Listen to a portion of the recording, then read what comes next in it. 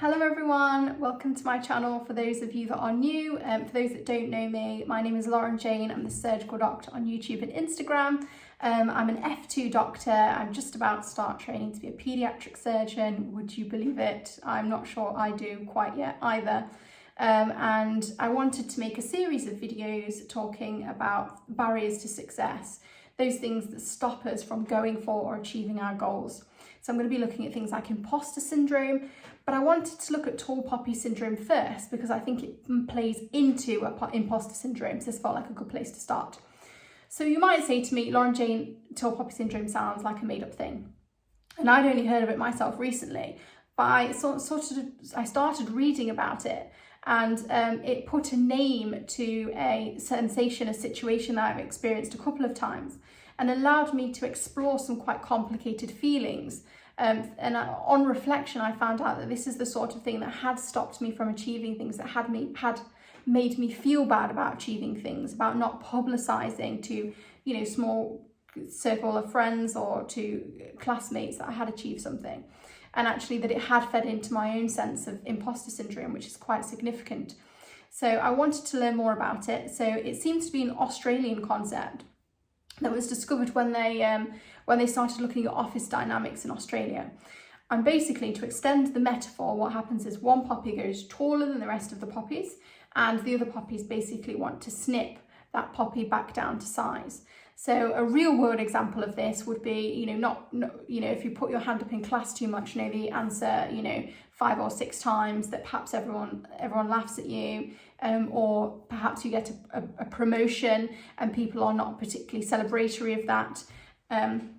I recently discussed this on my Instagram, and there were so many responses from people who were saying things like they'd been told not to work hard, not to bother applying to medicine because they'd be too old. This is not constructive criticism. This is the sort of criticism that is designed to cut people down. So why is it important? Well, I've already said, I think it feeds massively into these negative voices that we hear when we have imposter syndrome. And, I think many of us do suffer with imposter syndrome. I know I certainly do. And that was the reason that I wanted to make this video. So what can we do about tall poppy syndrome if it's something that you've experienced? Well, the first thing to recognise effectively is that this, unlike imposter syndrome, is external to you. So one of the things that I always think is, how can I change my behaviour? Because it's important to recognise here that the issue is not with you, it's with someone else. It's their insecurity that is creating this cutting. You're just sort of standing there growing. But in any situation, all we can do is modify how we react to it. So I had realised that in previous situations that this had really brought me low, and that I needed to reflect on ways to make sure that when this happens in future, because it will undoubtedly, especially because I want to continue to keep growing as a person, I want to continue being successful, how am I going to deal with this? So here are my top tips for dealing with tall poppy syndrome. Number 1, criticism. Now, you may or may not be a junior doctor or a medical student, but if you are a junior doctor or a medical student, criticism is something you need to know how to deal with. That's because criticism is incredibly important to us because of the nature of the work that we do. So it is important that we are criticised and that we reflect on criticism in order to ensure that we grow as a practitioner and aren't a patient safety issue. So the first thing that I would always say to anyone is examine the comment that you've received for any constructive criticism. So for instance, if someone is saying that you are slow at work or something's not particularly done well, that's obviously something that you can work on. The other easy option, so we've got constructive criticism, which isn't tall poppy syndrome, and we've got really shitty comments, which are not in any way constructive. So this would be something like, a lot of people on my Instagram had been told that they were sort of too pretty to go for a job, or they'd only achieved a job because they were pretty, or they knew someone, or all of those kind of things. There's nothing constructive in there. There's nothing that you can reflect on and think, oh, well, there's just nothing that you can work with in there. So we have these two options. We have constructive, not tall poppy syndrome, and an abject, rubbishy, horrible comment, which is tall poppy syndrome. But unfortunately, there is also a middle option, which is where someone is saying something that is a tall poppy syndrome thing. It's meant to be a put down. It's meant to cut you down, but there is something constructive in there. So I always think whenever I receive any kind of negative comment, I will reflect on it myself and see if there's anything that I can take out of there and use. If it's something that is just solely useless and hurtful, then the first thing I would usually do would be to discuss it with someone close to me. So usually it's my partner, Ashley, and because I'm a bit sensitive ultimately, so sometimes people say something to me and I find it really hurtful, and I go to him and I would talk to him about it, and he'll say, well, actually, you know, perhaps it's just the context, and that can help de-escalate the situation. If, you know, Ashley agrees, or a close friend agrees that perhaps this is a bit of an unfair, unkind comment, then the first thing that I would do, if it was a one-off comment, I would probably let it slide. But if these were continual comments, then I would have to go and talk to that person and just say to them, you keep making these comments and I find it really hurtful, because I want to give them the benefit of the doubt, to be honest, and just hope that they are, you know, maybe they don't realise.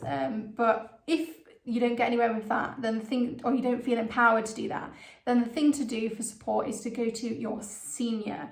So someone who is above you, that is involved in both, is involved with both of you. Obviously, if this is at work, it would be a line manager. If this is at home, it would be someone else in the family who knows you both, who could maybe give you some advice. And get their advice on how to manage the situation, because ultimately, if you're at work, you shouldn't be putting up with this. So it's something just to think on, just to get some gentle advice as to how to proceed. And that is how I would deal with criticism, and then I would just continue to escalate. My second tip is compassion, effectively. So compassion both for them and for yourself. So for them, we realise that tall poppy syndrome is an external phenomenon. It's external to us. We're not causing it. Do not apologise for your growth. Do not apologise for whatever it is that they are, you know, cross with you for, because you are just doing you, you know, you're growing and it's beautiful, and you shouldn't be being made to feel guilty for that. So don't apologise for that. Understand that it's part of their own pathological process, not yours.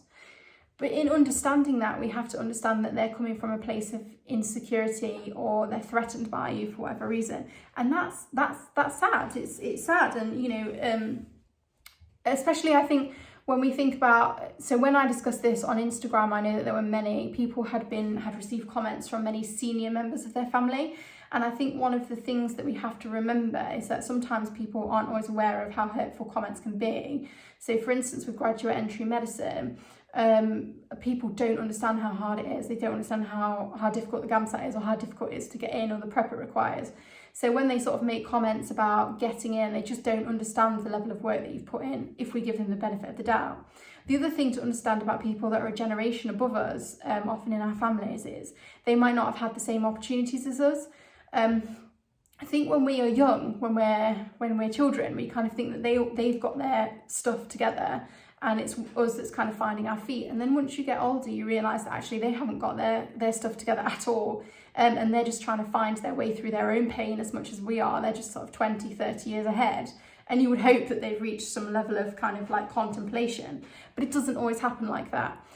So we have to understand that perhaps they didn't have the tenacity to go and apply to medical school. They realise that you're from the same background as they are, potentially, and you know, they didn't necessarily have the tenacity to apply to med school, or whatever it is that you're achieved that they're not happy with, or the situation just didn't line up for them in the way that it has done for you, and it might be bringing out feelings of, you know, they've missed out on their own opportunity, and that's something to be aware of, and that's something to be treating with compassion. So compassion for them.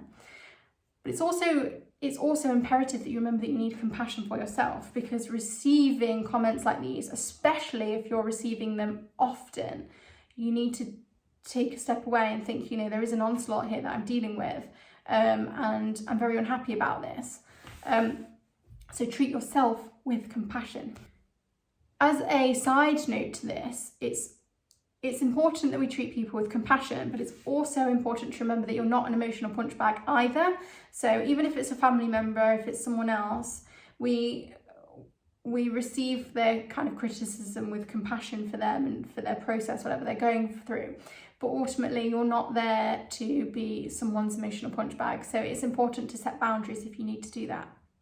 Tip number 3, your energy is not infinite. So ultimately, you do not have an infinite level of energy to be dealing with all kinds of things. So many of you that spoke to me about this on Instagram or applying for medical school, things like that, it takes a lot of energy to do things like that. If you are dealing with this kind of constant criticism, that is taking away your energy. So defending yourself for these sort of, comments, or even trying to fight back, that is going to be taking energy away from your focus and from your productivity. So it's really important that you try and nip these comments in the bud, and also don't stress about it. So I'm a bit of a ruminator.